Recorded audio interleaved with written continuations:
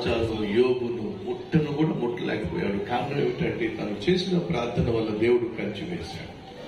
బహు ప్రమాదకరమైనటువంటి నైలు నదిలో మోషేను జమ్ముపెట్టులో పెట్టి విడిచిపెట్టేసిందండి.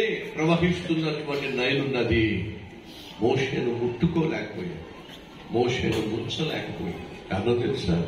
ఆ తల్లి విశ్వాసముతో ప్రార్థనతో కీలు పూసి, నాయనా నా కుమారుడిని నీ చేతికి అప్పగిస్తున్నానయ్యా, ఇప్పటి వరకు నా చేతుల్లో పెరిగాడు, ఇప్పుడు నా కుమారుడిని నీ చేతికి అప్పగిస్తున్నానయ్యా, నువ్వే కాపాడాలి నా కుమారుణ్ణి. బహు ప్రమాదకరమైనటువంటి నైలు నదిలో విడిచిపెడుతున్నానయ్యా. వాడు భవిష్యత్తు బాగుండాలి, వాడు బ్రతుకు బాగుండాలి. ఎవడేం చేశాడు? విశ్వాసంతో ప్రార్థనతో తన చేతికి అప్పగించబడినటువంటి మోషేను ప్రపంచంలోని మహా గొప్ప నాయకునిగా దేవుడు మోషేను లేవనెత్తాడు, హెచ్చించాడు. కారణం తెలుసా? తల్లి యొక్క ప్రార్థన, తల్లి యొక్క విశ్వాసం.